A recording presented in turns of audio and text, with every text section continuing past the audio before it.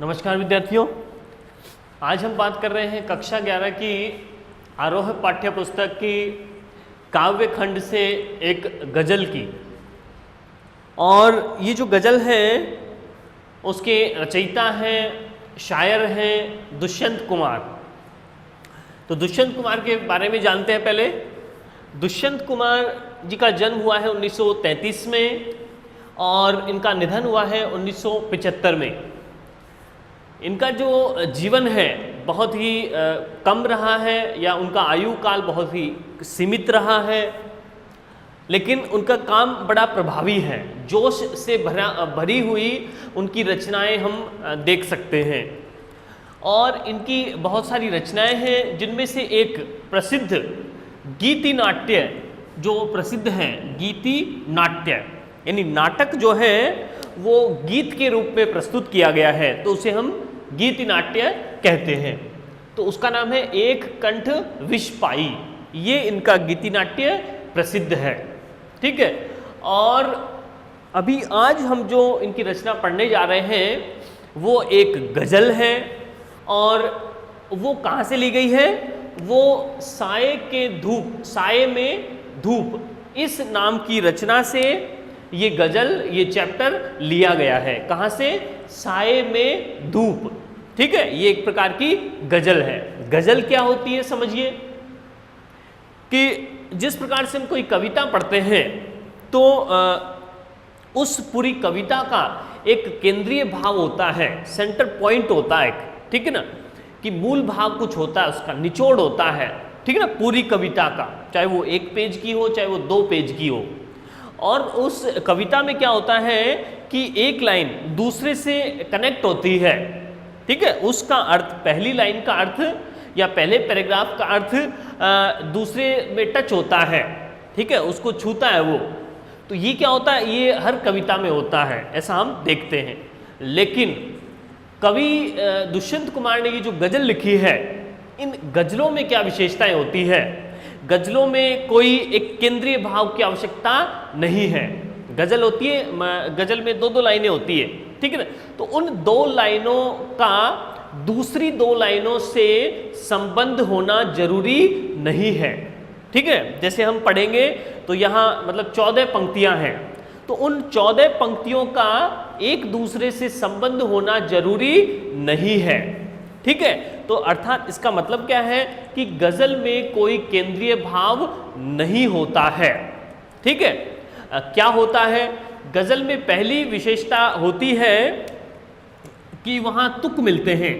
एक तो यहाँ तुक मिल रहे हैं, ठीक है। और ठीक है, तुक का मतलब क्या है? राइमिंग हो रहा है, लास्ट में के जो वर्ड है वो मिल रहे हैं, इसको कहते हैं तुकांतता, ठीक है। अंत में तुक मिलना, वो तुकांतता होती है। तो पहली बात है यहाँ पर तुक मिल रहे हैं। और दूसरी बात है मिजाज, ठीक है। इन सभी पंक्तियों का जो गज़ल है, गज़ल में जितनी पंक्तियां हैं उन सब पंक्तियों का मिजाज समान है, या कह सकते हैं स्वभाव एक ही है, ठीक है। केंद्रीय भाव एक नहीं है, बल्कि मिजाज या स्वभाव एक ही है, ठीक है ना। तो यहाँ 2 बातें हम देखेंगे कि एक तो इस गज़ल में तुकांतता है, ठीक है, वो किसी भी गज़ल में होती है तुकांतता, और इनका मिजाज क्या है? समान है। ये 2 विशेषताएं किसी भी गज़ल में होती है, ठीक है। तो बात करते हैं आज की गज़ल में।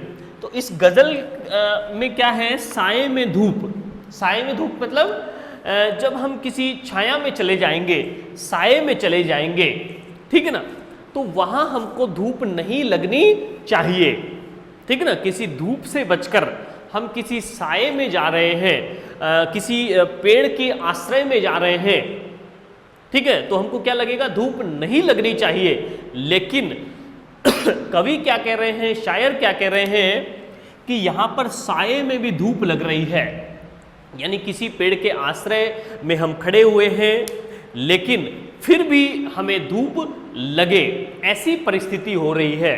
कवि किसके लिए कहना चाह रहा है? यहाँ किसी पेड़ का वर्णन नहीं है, यहाँ किसी छाया का वर्णन नहीं है, बल्कि कवि यहाँ पर तत्कालीन उस समय की 70 के दशक की जो राजनीति है उस पर व्यंग्य करना चाहता है और उस समय के समाज पर, ये जो सामाजिक व्यवस्था है, ये जो राजनीतिक व्यवस्था है, ठीक है, उस प्रशासनिक व्यवस्था पर कवि या शायर व्यंग्य करना चाहते हैं। क्या कहना चाहते हैं कि किसी भी लोकतांत्रिक समाज में ये जो राजनीति है, राजनीति के अंदर जो भी बड़े बड़े राजनेता हैं, जो मंत्री हैं, बड़े पदों पर जो बैठे हुए हैं, वो सब क्या होते हैं, वो सब हमारे आश्रयदाता हैं, ठीक है। सामान्य जनता के लिए वो सारे नेता या मंत्री सभी क्या हैं, वो आश्रय प्रदान करने वाले हैं, उनकी शरण में हम जा सकते हैं, वो हमारी समस्याओं का निराकरण करने के लिए होने चाहिए, ठीक है। तो कवि क्या कह रहे हैं, शायर क्या कह रहे हैं कि ये जो राजनेता हैं, ये जो समाज में बड़े ओहदों पर, बड़े पदों पर जो लोग बैठे हुए हैं, वो हमारे लिए आश्रय प्रदान करने वाले हैं, लेकिन उनके आश्रय में भी, उनकी शरण में भी हमें धूप लग रही है, अर्थात हमें कष्ट भोगने पड़ रहे हैं, ठीक है। तो इसका मतलब है साए में भी धूप लग रही है, यानी बड़े व्यक्तियों का साथ हमारे ऊपर है, लेकिन फिर भी हमें संकटों का सामना करना पड़ रहा है, ठीक है। तो उस समय की राजनीति और समाज में जो प्रचलित धारणाएं थी उनका खंडन किया गया है, उनको काटा गया है, उन पर व्यंग्य किया गया है, आक्षेप किया गया है या आरोप किया गया है, और नवीन विकल्पों का या अवधारणाओं का मंडन किया गया है। मंडन का मतलब उनकी स्थापना यानी कि ये जो समाज है, ये जो राजनीतिक व्यवस्था है, ये पूरा जो पॉलिटिकल सिस्टम है, ये पूरा भ्रष्ट है।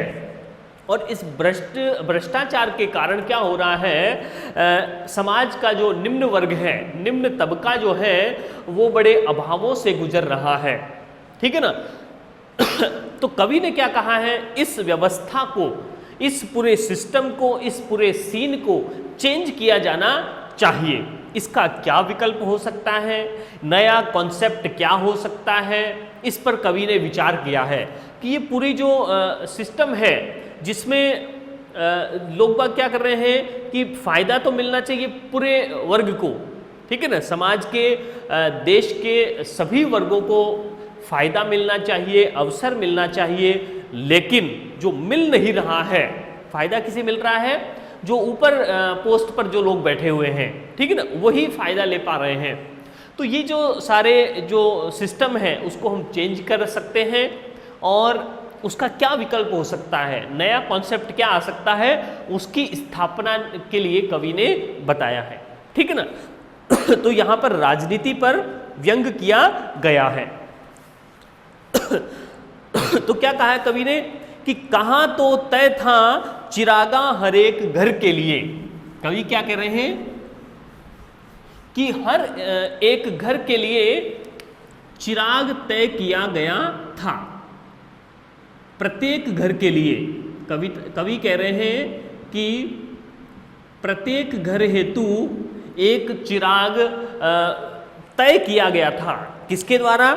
जो राजनेता होते हैं वो चुनाव जीतने से पहले क्या करते हैं, वादे करते हैं, दावे करते हैं कि पूरे शहर में हम क्या कर देंगे, रोड लाइट लगवा देंगे, पानी, बिजली, ये सारी जो मूलभूत सुविधाएं हैं, आधारभूत सुविधाएं हैं, ये सभी वर्गों के लोगों को हम उपलब्ध करवा देंगे, ठीक है। तो ये तो होता है, दावे होते हैं, ये वादे करते हैं, मजबूत वादे, ठीक है। तो कवि कहते हैं कि पहले तो राजनेताओं के द्वारा प्रत्येक घर के लिए चिराग होने का दावा किया गया था, ठीक है, कि सब घर में हम चिराग जलवा देंगे। चिराग मतलब जिससे रोशनी होती है, मशाल जलवा देंगे, प्रकाश फैला देंगे, हर घर में उजाला कर देंगे। अर्थात इस चिराग का मतलब है कि हम प्रसन्नता या हर घर में हम क्या कर देंगे, खुशहाली की लहर हम ला देंगे, ठीक है, वो जरूरी नहीं है कि लाइट का कनेक्शन हो, वो सब प्रकार की सुविधाएं हम उपलब्ध करवा देंगे, ऐसा दावा करते हैं राजनेता। लेकिन कहां चिराग मयस्सर नहीं पूरे शहर के लिए, ठीक है ना। लेकिन कवि कह रहे हैं कि ये जो चिराग है वो मयस्सर नहीं हुआ है। मयस्सर मतलब उपलब्ध नहीं हुआ। राजनेताओं ने दावे तो बहुत कर दिए कि प्रत्येक वर्ग के लिए हम सारी सुविधाएं उपलब्ध करवा देंगे, लेकिन एक भी चिराग मयस्सर नहीं हुआ, उपलब्ध नहीं हुआ, ठीक है, पूरे शहर के लिए।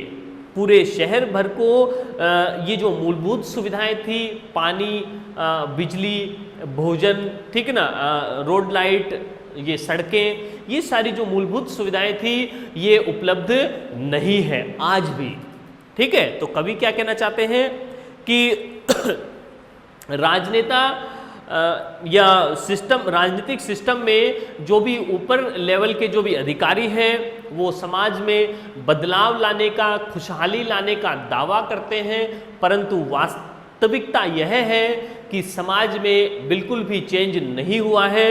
जो निम्न वर्ग का था वो बिल्कुल अभावग्रस्त होकर बिल्कुल निम्न होता जा रहा है या गर्त में डूबा जा रहा है, उसका पतन होता जा रहा है। यहां दरख्तों के साये में धूप लगती है। और क्या कह रहे हैं कवि कि दरख्तों के साये में भी धूप लग रही है। दरख्त का मतलब होता है पेड़, ठीक है, पेड़ों के साये में भी धूप लग रही है। इसका क्या मतलब है, साये में भी धूप, इसका मतलब क्या है कि जहां पेड़ है तो उससे तो हमको क्या मिलना चाहिए, छाया मिलनी चाहिए, लेकिन उसमें भी धूप लग रही है। इसका क्या मतलब है कि सिस्टम तो है, ये राजनीतिक सिस्टम बना हुआ है, सामाजिक सिस्टम बना हुआ है, ठीक है ना, लेकिन फिर भी लोगों को उसका फायदा नहीं मिल रहा है। किस प्रकार कि जो पुलिस प्रशासन है पुलिस प्रशासन जो बना हुआ है तो ये इससे लोगों को फायदा नहीं हो रहा है। जो कोर्ट का सिस्टम बना हुआ है न्याय प्रदान करने के लिए, जस्टिस प्रदान करने के लिए, लेकिन वास्तव में हर एक व्यक्ति को न्याय नहीं मिल पा रहा है, ठीक है ना। तो इस प्रकार से हम देख रहे हैं ये पुलिस सिस्टम है, ये न्याय सिस्टम है, या कह सकते हैं ये अस्पताल वगैरह है, ये जो सुविधा है, चिकित्सा की सुविधा, ये सब लोगों को मिलनी चाहिए, क्योंकि लोकतांत्रिक देश में हम रहते हैं और समाज के प्रत्येक वर्ग को उन चिकित्सा सुविधाओं का, शिक्षा सुविधाओं का, पुलिस प्रशासन का, ये सबका सहयोग मिलना चाहिए। इनका हमको क्या मिलना चाहिए, इनका फायदा हमको मिलना चाहिए। लेकिन कवि कह रहे हैं ये पेड़ों के साये में भी, पेड़ों के नीचे भी हमें धूप लग रही है। अर्थात कवि कहना चाहते हैं कि राजनीतिक प्रशासन होने पर भी, प्रशासनिक व्यवस्था होने पर भी, पुलिस प्रशासन के होने पर भी प्रत्येक वर्ग को उसका फायदा नहीं मिल पा रहा है। चलो यहाँ से चले और उम्र भर के लिए। तो कवि कहते हैं इस शहर से हमें कहीं दूर चले जाना चाहिए, ठीक है ना। क्यों चले जाना चाहिए, क्योंकि हमारा यहाँ पर शोषण हो रहा है, ठीक है ना। सभी समाज के सभी वर्गों को समान अवसर उपलब्ध नहीं करवाए जा रहे हैं, इसलिए यहाँ से हमको कहीं दूर चले जाना चाहिए। और क्या कह रहे हैं, न हो कमीज तो पाँव से पेट ढक लेंगे। और कवि कह रहे हैं कि यहाँ इस शहर के जो लोग हैं वो क्या है, बड़े संतोषी स्वभाव के हैं।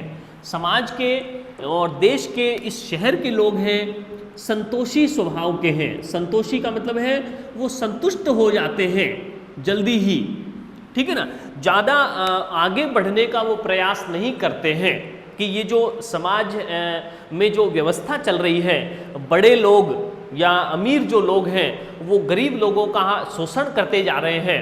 अमीर और गरीब के बीच जो खाई है वो और बढ़ती जा रही है। तो ये जो सिस्टम जो चल रहा है उसको बदलने का कोई प्रयास नहीं कर रहा है, ठीक है ना। किसी का शोषण हो रहा है, किसी को अन्याय, किसी के साथ अन्याय हो रहा है तो उसके खिलाफ कोई आवाज नहीं उठा रहा है। तो कवि कहते हैं, शायर दुष्यंत कुमार जी कह रहे हैं कि इस शहर के लोग बड़े ही क्या हैं, मुनासिब हैं इस सफर के लिए। इस शहर के लोग बड़े ही मुनासिब हैं। मुनासिब का मतलब उपयुक्त हैं। कवि कहते हैं कि इस व्यवस्था के लिए इस शहर के लोग बड़े ही मुनासिब हैं, उपयुक्त हैं। क्यों हैं? क्योंकि वो किसी भी अन्याय के प्रति अपनी आवाज नहीं उठाते हैं, उस अन्याय का विरोध नहीं करते हैं। जो भी चल रहा है उसको चलने देते हैं, उसका विद्रोह नहीं करते हैं। तो कवि क्या कह रहे हैं कि यहाँ के जो लोग हैं वो क्या करेंगे, इस सफर के लिए, इस प्रशासन के लिए बड़े उपयुक्त हैं। वो अन्याय का बदला लेना नहीं चाहते हैं और वो क्या कर लेंगे, न हो कमीज तो पांवों से पेट ढक लेंगे। अगर उनके पास कमीज नहीं मिली, अगर उनको सुविधाएं नहीं दी जाएंगी, ठीक है, अगर उनको कमीज नहीं दी जाएगी तो वो क्या कर लेंगे, अपने क्या करेंगे, पैरों से ही, अपने पैरों से ही पेट को ढक लेंगे। इसका क्या मतलब है, उनको अगर अवसर नहीं मिलेंगे, ठीक है, उनको अगर शर्ट पहनने को नहीं मिलेगा, कपड़े उनके शरीर पर नहीं होंगे तो वो क्या कर लेंगे, उनको जब सर्दी लगेगी, अपने शरीर का जब उनको बचाव करना होगा तो वो क्या कर लेंगे, अपने पैरों को मोड़ लेंगे। पैरों को मोड़ करके वो क्या कर लेंगे, अपने पेट पर चिपका लेंगे, ठीक है ना, और सर्दी से वो बचाव कर लेंगे, ठीक है ना, सिकुड़ जाएंगे, अपने दायरे को सीमित कर लेंगे, लेकिन आगे बढ़ने का, अपनी आवाज बुलंद करने का वो प्रयास नहीं करेंगे। ठीक है, तो कवि क्या कह रहे हैं कि ये जो इस प्रकार के जो लोग हैं ये इस प्रशासन के लिए बड़े ही उपयुक्त हैं, क्योंकि वे अपनी आवाज को बुलंद नहीं करते हैं और अगर उनके पास कमीज नहीं होगा तो वो अपने पैरों से ही अपने पेट को छिपा लेंगे और बचाव करेंगे।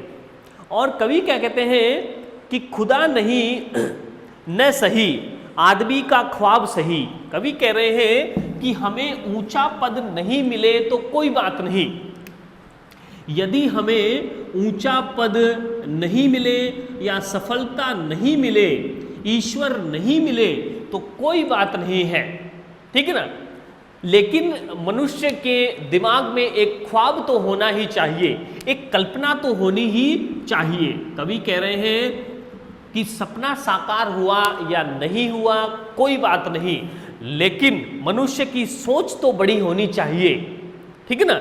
अगर हम कुछ बड़ा सोचेंगे तो कुछ न कुछ तो उसका हमको मिल ही जाएगा, कुछ प्रतिशत हम उसका पा लेंगे।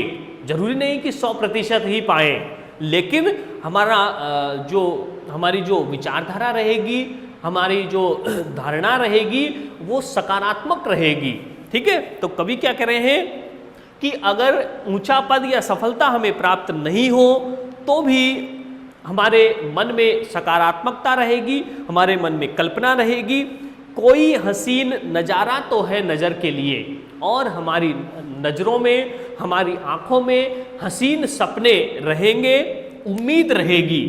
ठीक है, कवि क्या कह रहे हैं कि हमारे दिमाग में क्या रहेगी, एक तो कल्पना रहेगी और एक उम्मीद रहेगी भविष्य, उज्जवल भविष्य के लिए। और कवि क्या कह रहे हैं कि वे मुतमईन हैं कि पत्थर पिघल नहीं सकता। कवि क्या कह रहे हैं कि वे मुतमईन हैं, समाज के जो लोग हैं वो मुतमईन हैं। मुतमईन का मतलब आश्वस्त हैं, ठीक है ना, उनको पूर्ण विश्वास है कि ये जो मंजर है वो बदलेगा नहीं, ठीक है ना। तो समाज के लोग आश्वस्त हैं, पूर्ण रूप से सहमत हैं कि वो क्या सोच रहे हैं कि ये पत्थर नहीं पिघल सकता है, अर्थात ये जो सीन है वो चेंज नहीं हो सकता है। इस प्रशासनिक व्यवस्था में एक व्यक्ति चेंज नहीं कर सकता है, यानी अकेला चना भाड़ नहीं फोड़ सकता है। लेकिन कवि कहते हैं कि मैं बेकरार हूं आवाज में असर के लिए, और मैं क्या कर रहा हूं, बेकरार हूं, बेचैन हूं कि अपनी आवाज में एक प्रभाव उत्पन्न कर सकूं। ठीक है ना, तो समाज के सभी लोगों ने तो हार मान ली है, लेकिन मैं इस समाज को कुछ चेंज करना चाहता हूं, एक अभी भी जोश मेरे अंदर है। तेरा निजाम है कि सिलदे जुबान शायर की, कवि कह रहे हैं कि तेरा निजाम है सिलदे जुबान शायर की, और ये एहतियात जरूरी है इस बहर के लिए।